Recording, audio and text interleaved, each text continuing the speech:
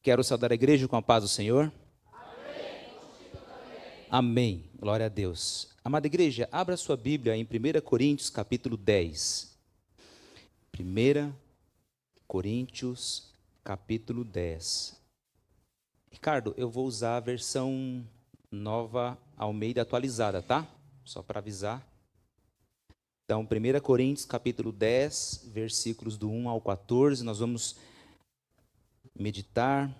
Hoje é dia de festa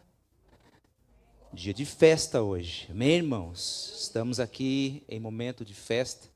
Aliás, todos os cultos, né, é sempre momento de festa. Mas hoje estamos ainda em um dia mais feliz ainda, né, porque estamos frente à mesa do Senhor, anunciando a sua morte até que Ele venha, amém? Você crê que Jesus Cristo vai voltar para buscar a sua igreja? Amém? Glória a Deus. Por isso, é um dia mais festivo ainda. Então, 1 Coríntios, capítulo 10, e nós vamos emendar ao final dele, no capítulo 11, que já é a entrada para a Santa Ceia. Então, na minha tradução, diz assim: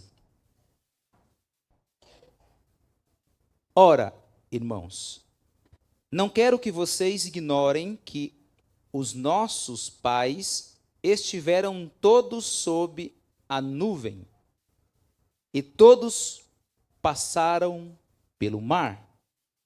E todos em Moisés foram batizados, tanto na nuvem como no mar. Todos eles comeram do mesmo alimento espiritual e beberam da mesma bebida espiritual, porque bebiam de uma pedra espiritual que os seguia, e a pedra era Cristo. Mas Deus não se agradou da maioria deles, razão pela qual ficaram prostrados no deserto. Ora, estas coisas se tornaram exemplos para nós, a fim de que não cobicemos as coisas más, como eles cobiçaram. Não sejam idólatras, como alguns deles foram, conforme está escrito: o povo assentou-se para comer e beber, e levantou-se para se divertir.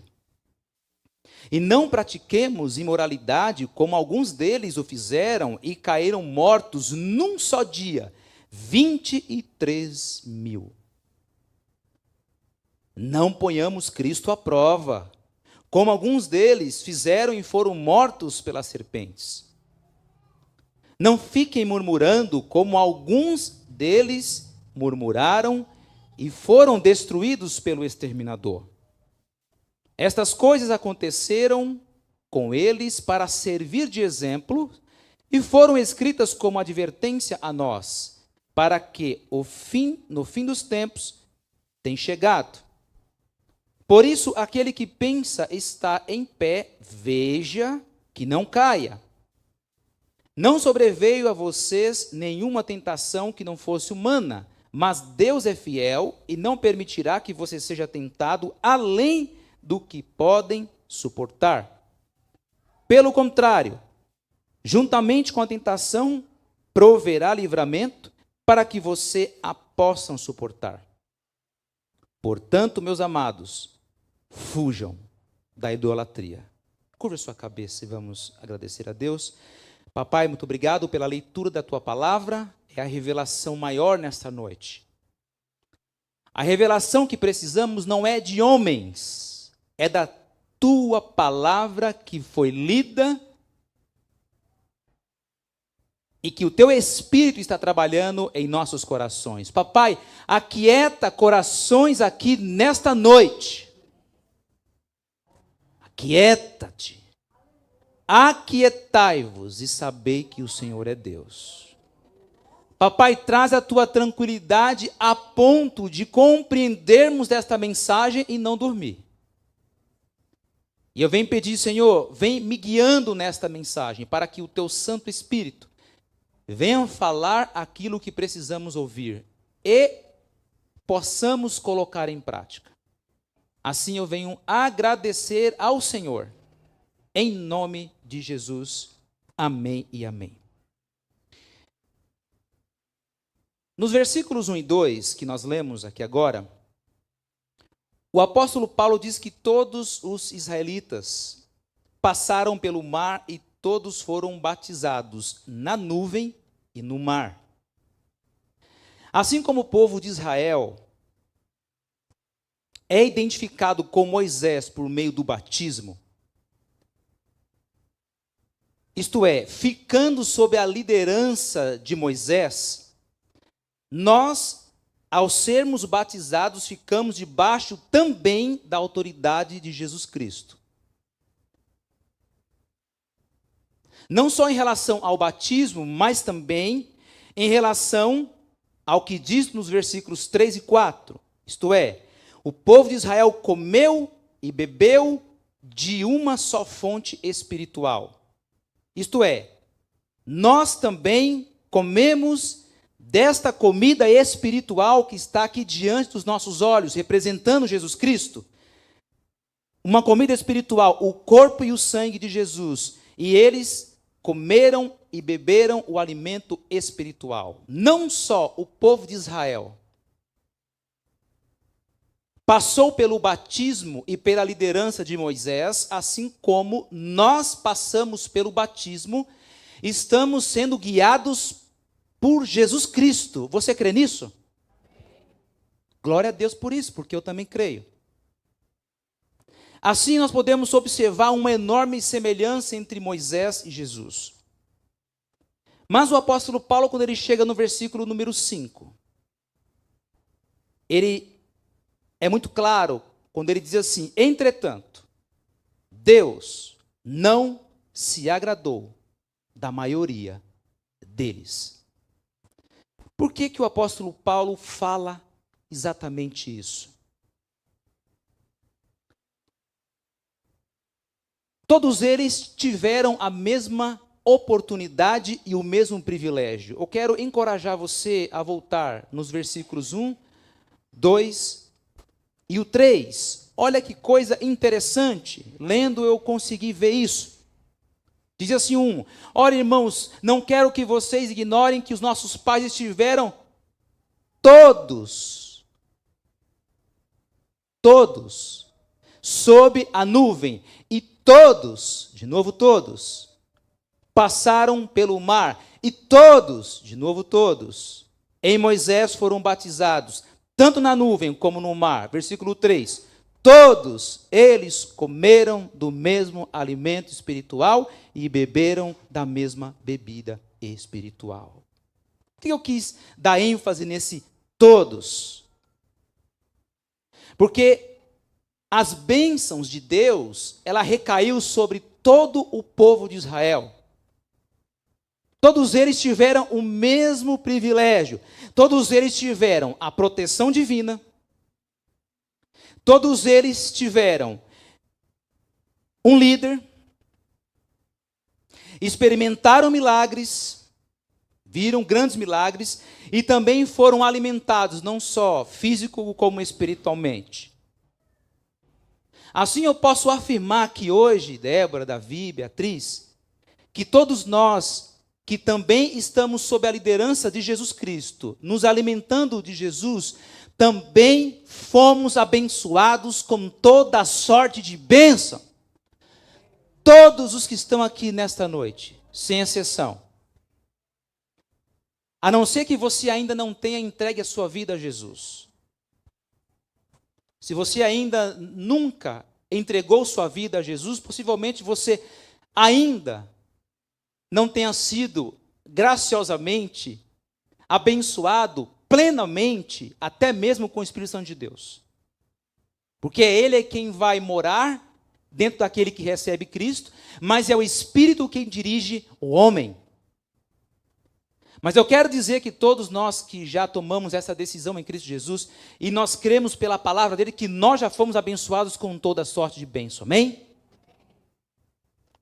Paulo está usando o exemplo negativo de Israel, que ele pegou o ponto negativo, o mas, né? Mas, ponto negativo. Para corrigir a vaidade e a soberba na igreja de Corinto. Nós passamos muito aqui nas quintas-feiras falando sobre a igreja de Corinto. Agora estamos na igreja de Filipos. Qual é a primeira aplicação que eu posso fazer a respeito dessa passagem que nós lemos agora? Primeiro, privilégios espirituais não são garantias de sucesso espiritual. Legal, pastor? O senhor me falou que eu sou abençoado, fui abençoado com toda sorte de bênção. Sim, privilégios espirituais não garante a tua vida espiritualmente. Assim como o povo de Israel obteve todos esses privilégios, nós recebemos o mesmo privilégio através de Cristo Jesus, mas isso não é garantia de um sucesso espiritual. O fato de você ser crente, até ter tomado uma decisão de seguir Jesus, o fato de você até ler a Bíblia, de orar, jejuar, vir à igreja, participar, cantar, chegar aqui, ministrar, tocar, isso não faz você um privilegiado. Paulo adverte que um bom início não é a garantia de um final feliz. Então nós temos que tomar muita atenção. Segunda aplicação. Quem começa bem nem sempre termina bem. Muitos que corriam bem, hoje, estão aonde? No mundo. Quantas pessoas, Tiago, começaram bem na igreja, Tiago? Entregaram suas vidas a Jesus, sabe, confiantemente, foi muito bem orientado por esta palavra, teve o entendimento e o conhecimento, a revelação do Espírito, permaneceu na presença de Deus, mas estão aonde? Muitos desses estão lá fora. A gente vê isso em penitenciárias, quando vai fazer evangelismo social, em comunidades. Nosso irmão Wagner está cansado de falar isso. Todas as vezes que ele vai lá falar, ministrar, levar uma orientação, sempre tem alguém que já foi pastor, já foi diácono, já foi músico, já foi evangelista, um missionário, um intercessor, aí um pai de família, uma mãe. Por quê? Começou bem, é garantia do final? Lógico que não. Começou bem, estão com a vida no mundo hoje. Por isso que nós temos que estar atento, e eu peço que você fique muito atento em relação a essa mensagem. Paulo mostra um fato extremamente marcante. Nenhuma geração da história da humanidade se beneficiou de tantos milagres como aquela geração. E foi justamente aquela geração a quem Deus não se agradou. Pastor, eles viram muitos milagres.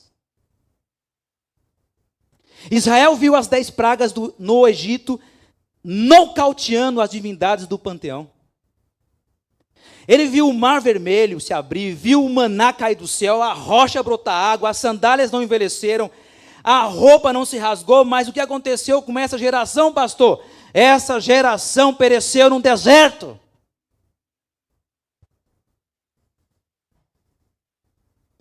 Começar bem, meu irmão, não é sinal que você vai chegar.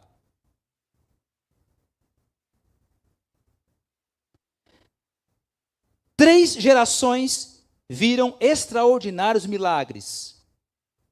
A primeira delas, geração de Moisés. Muitos milagres. Muitos milagres. A segunda, Elias e Eliseu. A terceira, Jesus e os seus discípulos. Os milagres em si não podem trazer o seu coração para perto de Deus. Daquela geração, irmãos, toda, só de homens, mais de 600 mil homens, fora crianças, fora mulheres, e ali eram homens preparados e com idade apropriada para a guerra.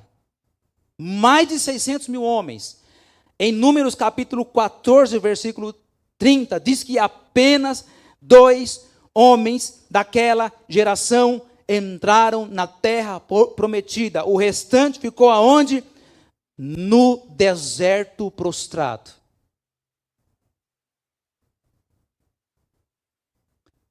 Começar bem não significa um sucesso promissor no final. É por isso que nós não brincamos com a palavra de Deus aqui na Igreja Batista Unida. Nós levamos muito a sério a palavra de Deus, que fique um alerta para aqueles que estão chegando, que estão vindo, que estão visitando a igreja, namorando a igreja. Nós pegamos muito sério nessa palavra. E ai de nós se não pegarmos firmes nessa palavra. Pegamos no domingo à noite, pegamos firmes nessa palavra na terça nos homens, pegamos firmes até na quarta de oração, pegamos na palavra. Na quinta-feira, palavra, doutrina do começo ao fim. No sábado, quando tem culto, palavra. Quando tem evangelismo, palavra.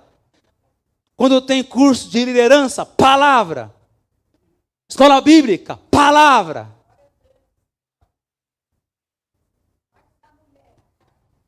Quarta da mulher, palavra. Sabe por que isso? Isso é o que pode manter eu e você de pé. É o alimento espiritual que pode te colocar de pé. Por isso que tem muita gente distante, porque começou bem e aí começou o quê? A entrar numa vida de marasmo. E nós vamos explicar nesta mensagem o que acontece com muitos deles.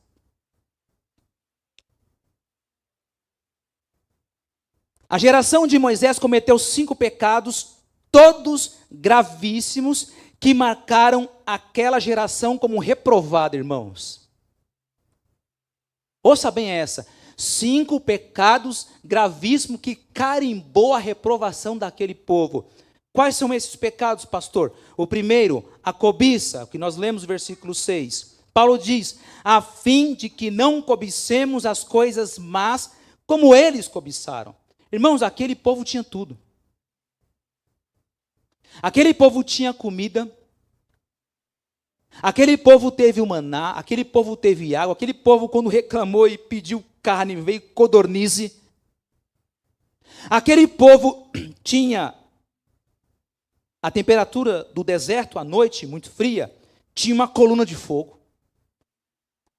De manhã um sol escaldante, uma nuvem para amenizar o teto deles.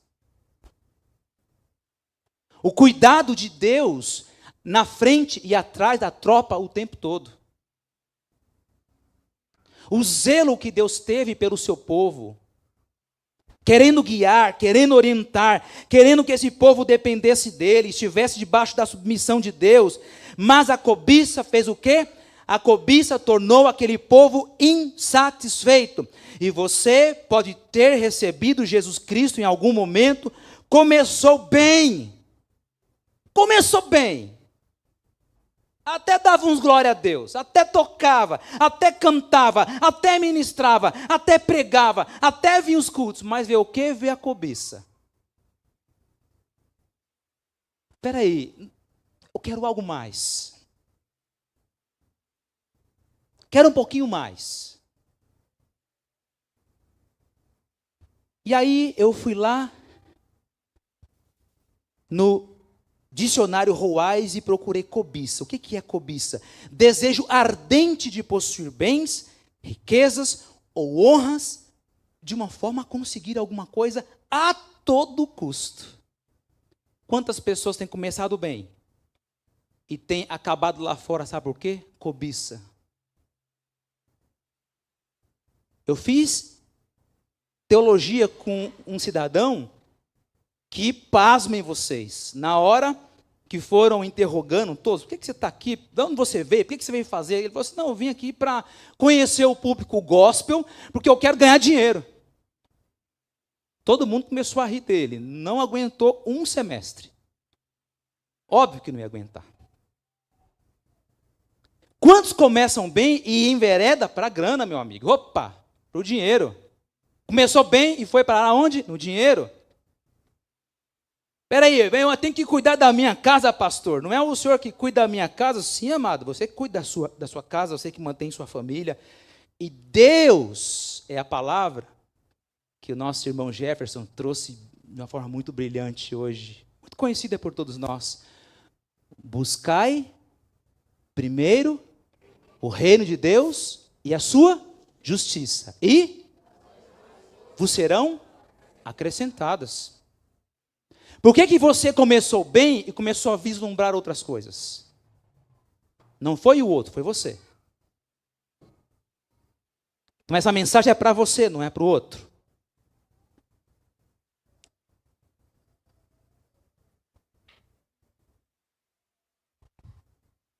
Segundo pecado que marcou a geração reprovada, idolatria. Paulo escreve: não vos façais, pois, idólatras como alguns deles.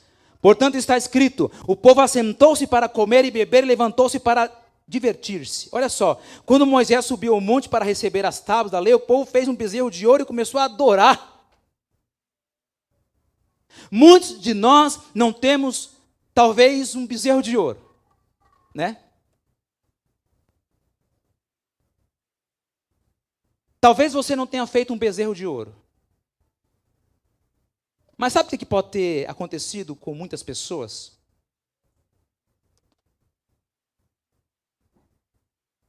Colocou algo maior em seu coração do que Deus. Possivelmente você está idolatrando alguém. Eu não estou vindo porque eu preciso manter a minha casa em ordem. Está idolatrando a casa. Não, estou vindo porque eu tenho que ficar com a minha filha, porque está doente, porque eu tenho que cuidar dela, eu tenho que cuidar dele, tenho que fazer isso, tenho que fazer aquilo. E a gente vai idolatrando situações a ponto de trocar. E essas coisas vão tomando em nossas vidas lugar. Sejam pessoas, sejam rotinas, coisas ou sentimentos. E há ídolos modernos que podem estar tomando lugar de Deus na minha e na sua vida.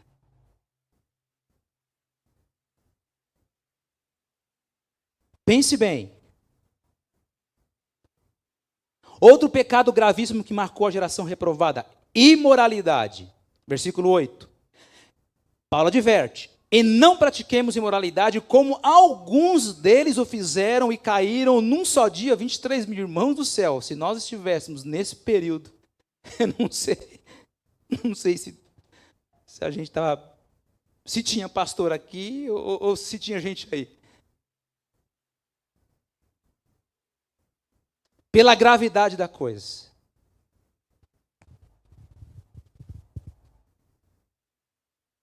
A Bíblia fala que o povo de Israel, eles começaram, e não era orientação de Deus, era para que eles não se juntassem aos moabitas. Mas os homens começaram a se prostituir com os moabitas. Os homens iam procurar as mulheres que eram de outros povos, e aí entravam em pecado e se prostituíam. E quantas pessoas começam bem na igreja? Começa bem. Está tudo certo. Aí começa a namorar alguém de fora, uma moabita. Ou um moabita. E ali, meu irmão, é julgo desigual. Você está falando uma coisa e a pessoa entendendo outra. Você quer uma vida de santidade e a pessoa quer outra coisa. Eu quero alertar aqui, se tiver jovens namorando pessoas de fora, tomem cuidado, vai acontecer duas coisas. Ou você vai sair da igreja, ou a tendência era você trazer ela para cá. Pela história de Israel, o povo caiu em prostituição. Comecei bem, pastor. Entreguei minha vida a Jesus. Olha, meu nome está no hall de membro da Igreja Batista Unida. É idolatria? Se prostituindo? Na vida errada? Começou bem e o seu fim, se você não se endireitar enquanto é tempo, vai se tornar mal. Se dá mal. Tem que corrigir. Tem que corrigir.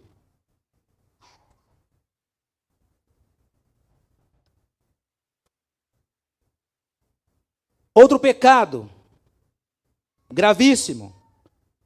Versículo 9. Colocar Deus à prova. Paulo prossegue. Não ponhamos o Senhor à prova como alguns deles já fizeram e pereceram pelas mordeduras das serpentes. Quando eles começaram a reclamar de pão, que fartava, não é que fartava no mineiro, tá? Que farta, que não tem. É que fartava de ter muito. Eu estou reclamando, sabe por quê, pastor? Eu estou cansado de comer pão. Ah, não, pão não. Ah, de novo pão. É isso aí, ó. Sabe quem tem posto o pão de cada dia na sua casa? Você pode até dizer assim, sou eu. Eu quero dizer, não é você não. É Deus quem tem te dado saúde, vigor, emprego, capacidade, te colocou lá, abriu uma porta para você, e é Ele quem tem sido a provisão da sua casa. Viu? Então pense bem quando você começar a reclamar de comida. Pense bem quando você começar a reclamar de coisas, né? Do carro que você tem, da casa que você tem. Eu não estou dizendo que você não tem que ter uma vida organizada, uma vida boa, uma vida, né? Que você realize as suas conquistas. Está tudo certo, não tem nada de errado nisso. Agora, quando a gente começa a reclamar, é tentar a Deus. Porque você tem aquilo que Deus deu para você. Você crê nisso? Se você está aqui hoje, é porque Deus te deu a oportunidade de você estar aqui hoje. Porque na hora que Ele tirasse o sopro da vida, você caía duro, eu e você. Então não reclama da sua vida, porque foi Deus quem deu. Você está intentando contra Ele. As mordeduras das serpentes, pega. Cuidado.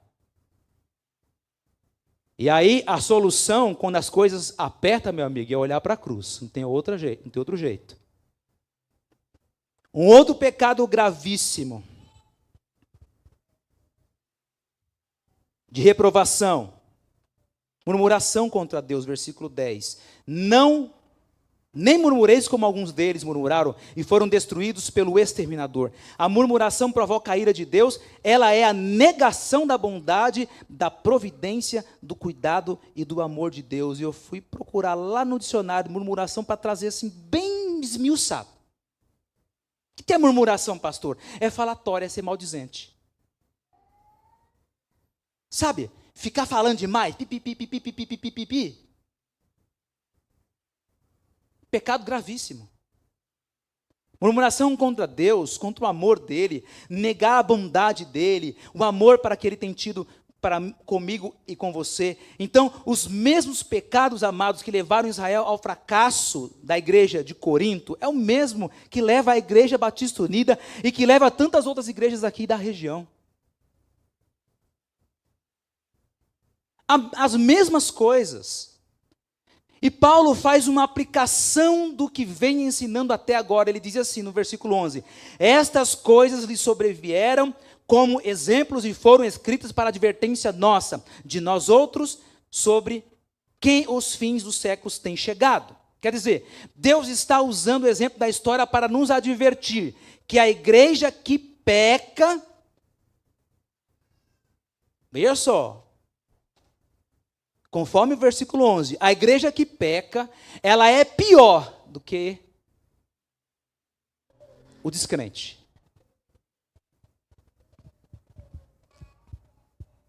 Pastor, por que a igreja, quando ela peca, ela se torna pior? Por que quando ela peca, ela se torna pior? E eu quero dizer pior por duas razões. A primeira delas, porque tiveram exemplos de advertência. Então, quer dizer, quando a igreja está ensinando você, irmãos, é uma possibilidade de você mudar. Está advertindo. Está buscando orientação, está buscando correção. E porque também é a razão pela qual, quando a igreja peca, é pior do que o povo de Israel. Porque eles estavam debaixo da lei e nós da graça. Quer dizer, quando um crente comete pecado, ele faz o pecado contra o conhecimento que você já tem, eu, que é a palavra de Deus aqui, contra a bondade de Deus, porque Ele foi maravilhoso, resgatou você, e aqui está a mesa da bondade, exemplificando que Ele morreu por mim e por você. E porque você está intentando contra a graça, e graça é um favor imerecido, você não merecia. Você não merecia estar de frente a esta mesa hoje, nem eu e nem você. Então, quando a igreja peca, ela é pior. Por quê? Porque você está negando a orientação, negando a bondade de Jesus e negando a graça dele. Por isso que Paulo usa 3 expressões para dizer no versículo 10, 5.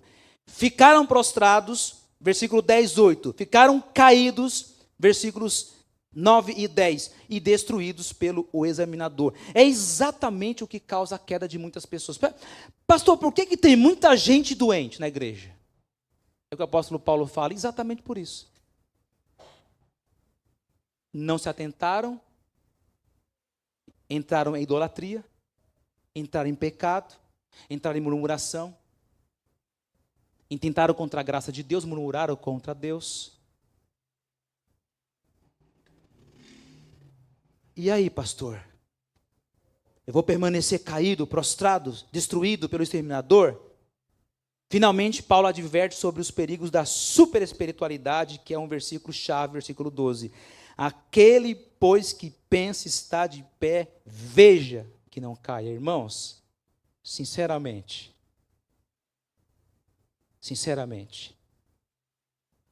você que tem mais experiências na fé aí, você que já tem aí alguns anos de vida na fé, já passou por muita coisa, já viu um monte de coisa. Sinceramente, seja honesto comigo aqui agora. Você pode bater a mão no peito e dizer que você é o cara?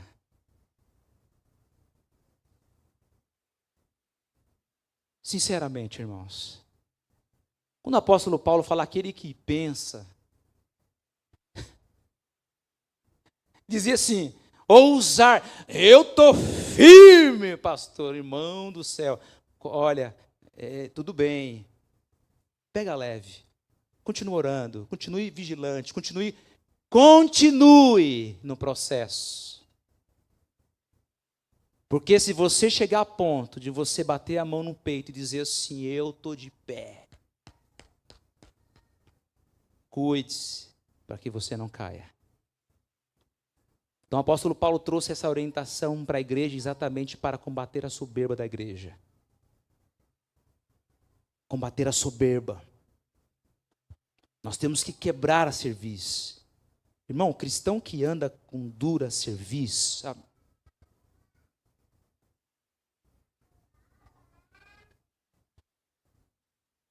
Todo cheio de orgulho. Cuidado, irmão.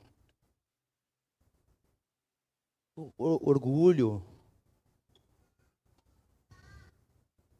Seja humilde. Seja humilde. Reconheça que nós somos pequenos. Eu e você.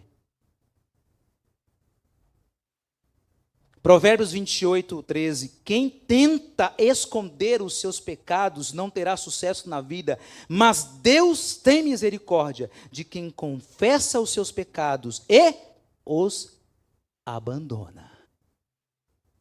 É desse a quem Deus tem misericórdia. Por isso, nós vamos entrar na Santa Ceia agora. Talvez virando 1 ou 2 páginas, você vai chegar em 1 Coríntios 11. Pode acompanhar comigo o versículo 27 ao 32.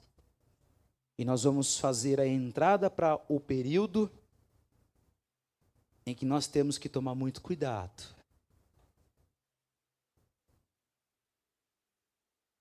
Cuidado conosco, né? Com a nossa própria vida. 1 Coríntios 11, 27. Por isso, aquele que come o pão ou bebe o cálice do Senhor indignamente será réu do corpo e do sangue do Senhor. Versículo 28. que cada um examine a si mesmo. E assim coma do pão e beba do cálice, pois quem come e bebe sem discernir o corpo, come e bebe juízo para si. E é por isso que há entre vós muitos fracos e doentes, e não poucos que dormem. Porque se julgássemos a nós mesmos, não seríamos julgados. Mas quando julgados, somos disciplinados pelo Senhor para não sermos condenados pelo mundo. Participar da Santa Ceia de uma forma indigna. Por isso que eu estou falando aqui com a igreja, irmãos. Por isso que essa mensagem ela foi dirigida à igreja. Participar desta mesa de forma indigna é assentar-se à mesa, guardando o pecado no coração, sem a devida disposição de arrependimento. Irmão, se você estiver vindo a essa mesa, guardando o pecado no coração,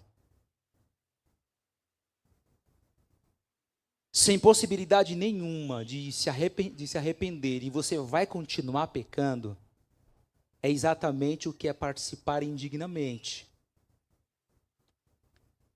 Só que eu quero dizer aqui uma coisa. Porque esta orientação que eu trouxe leva a um pensamento que eu tinha quando eu era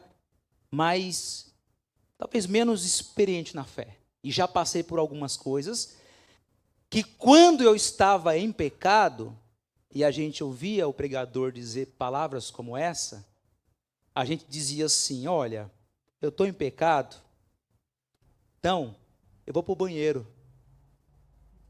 Na hora que for distribuir o... irmã Eliana, a irmã está rindo? Aconteceu comigo. Sabe por quê? Porque assim, a gente está em pecado, mas a gente não quer corrigir. Sabe um pecadinho de estimação? Eu estou com ele assim há a vida toda.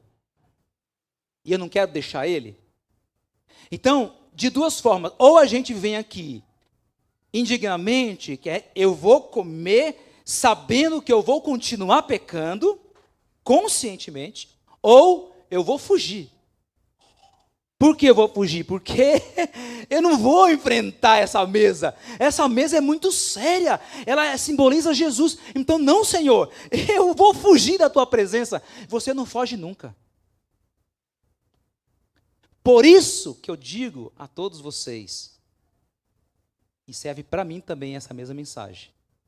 Se você se sente indigno, irmão, orientação pastoral, peça perdão a Jesus. Busque mudança de vida, arrependimento, e venha participar dessa mesa. Não corre, não. Eu acho a coisa mais linda quando Jesus, e é uma orientação sobre oferta, e oferta é o meu coração, não é só dinheiro, não. As pessoas às vezes acham que oferta é só dinheiro, né?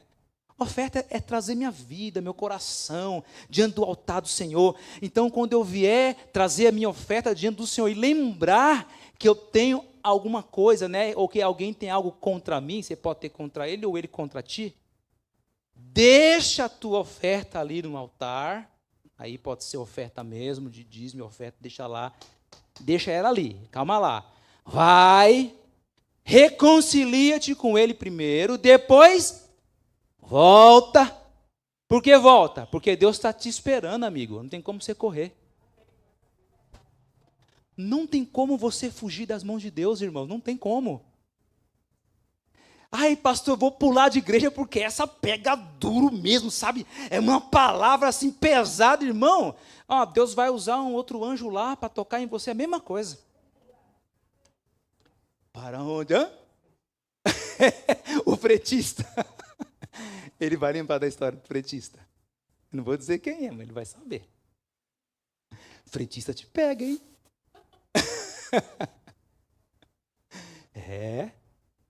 Para onde fugirei?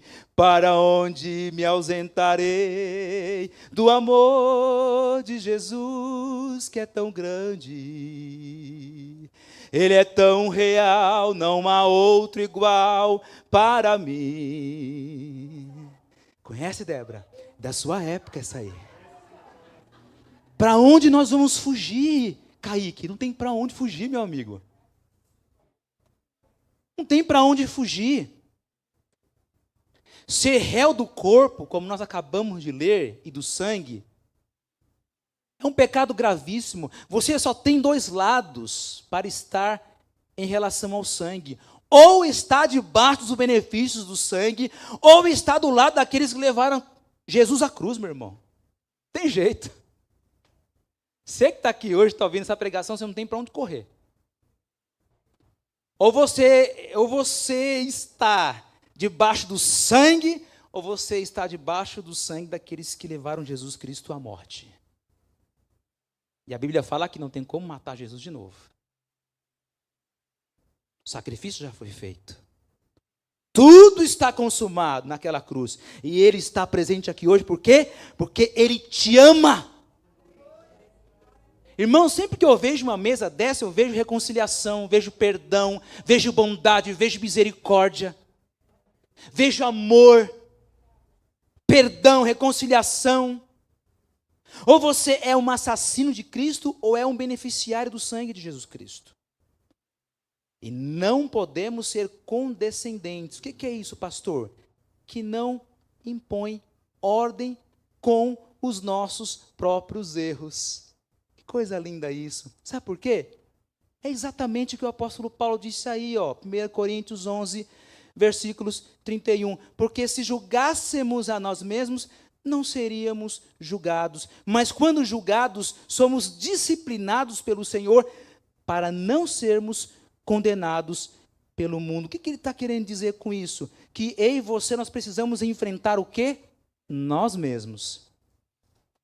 E se você tem algum pecado, irmão, sinceramente, que você tem que pedir perdão a Jesus, peça perdão para Jesus, porque Ele está aqui. Você pode falar com Ele aí, você não precisa vir aqui na frente não, viu? Não vou expor você não, viu? Fica tranquilo. Pastor vai apontar o dedo, meu Deus, eu vou esconder. Irmão, quem sou eu? Eu tenho que pedir perdão também. Agora a palavra de Deus fala assim: se confessares os vossos pecados, Deus é fiel e justo para vos perdoar os pecados e vos purificar de toda a injustiça. Tem perdão para você nessa mesa. Tem perdão para você hoje. Curva a sua cabeça. Faça o seu momento. Você e Deus.